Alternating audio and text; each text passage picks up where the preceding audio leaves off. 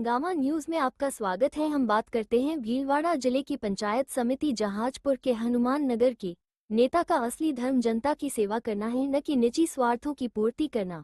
ये बात केवल किताबों और भाषणों में सजीव रह गई है।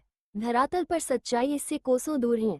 आज का कटु यथार्थ यह है कि सत्ता की बागडोर जिन हाथों में है, वही हाथ भूमाफियाओं के साथ मिलकर आम जनता के अधिकारों पर खुला डाका डाल रहे हैं। ग्राम पंचायत कुचलवाड़ा के हनुमान नगर क्षेत्र कोटा रोड के पास, जहां कई नई कॉलोनियां विकसित हो रही हैं, वहां जनहित के स्थान पर निजी स्वार्थ का खेल खुलेआम खेला जा रहा है। नाकोड़ा विहार कॉलोनी, जो कभी ओम मेटल गैस फैक्ट्री के नाम से जानी जाती थी और औद्योगिक भूमि थी, को हाल ही में नगर पालिका देवली ने आवासीय क्षेत्र घोषित कर दिया। ये कदम जनता की भलाई के नाम पर उठाया गया था, लेकिन व्यवहार में इसने आम नागरिकों की जिंदगी को संकट में डाल दिया। सबसे बड़ा अपराध तब सामने आया जब अंग्रेजों के जमाने से चला आ रहा पुराना सार्वजनिक रास्ता, जो नेवर बाग बालाजी मंदिर को सीधे कोटा रोड से जोड़ता था, कॉलोनाइजर द्वारा जबरन बंद कर कब्जा लिया गया। इस रास्ते का महत्व न केवल धार्मिक दृष्टि से था, बल्कि यह सैकड़ों ग्रामीणों की दैनिक आवाजाही का मुख्य साधन भी था। शिकायतों के बावजूद प्रशासन और स्थानीय जनप्रतिनिधि मूकदर्शक बने हुए हैं, जिससे जनता का आक्रोश लगातार बढ़ रहा है।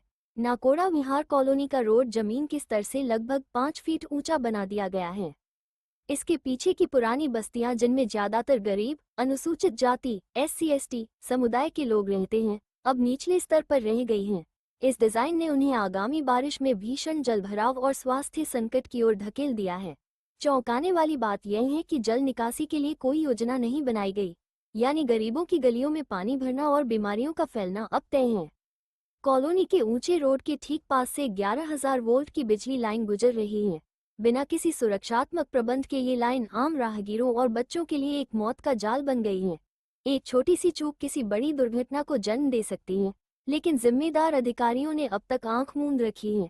स्थानीय विधायक श्री गोपीचंद मीना, तहसीलदार और उपखंड अधिकारी को बार बार अवगत कराया गया। हर बार आश्वासन मिला, लेकिन जमीन पर कोई कार्रवाई नहीं हुई। जनता अब पूछ रही है, हमने वोट किसके लिए दिया था? जनता की सेवा के लिए या भूमाफियाओं की दलाली के लिए?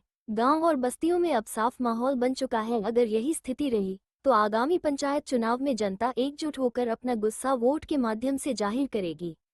आम जन का यह आक्रोश अब किसी एक गांव या बस्ती तक सीमित नहीं रहा, बल्कि यह एक व्यापक आंदोलन का रूप लेने की ओर अग्रसर है।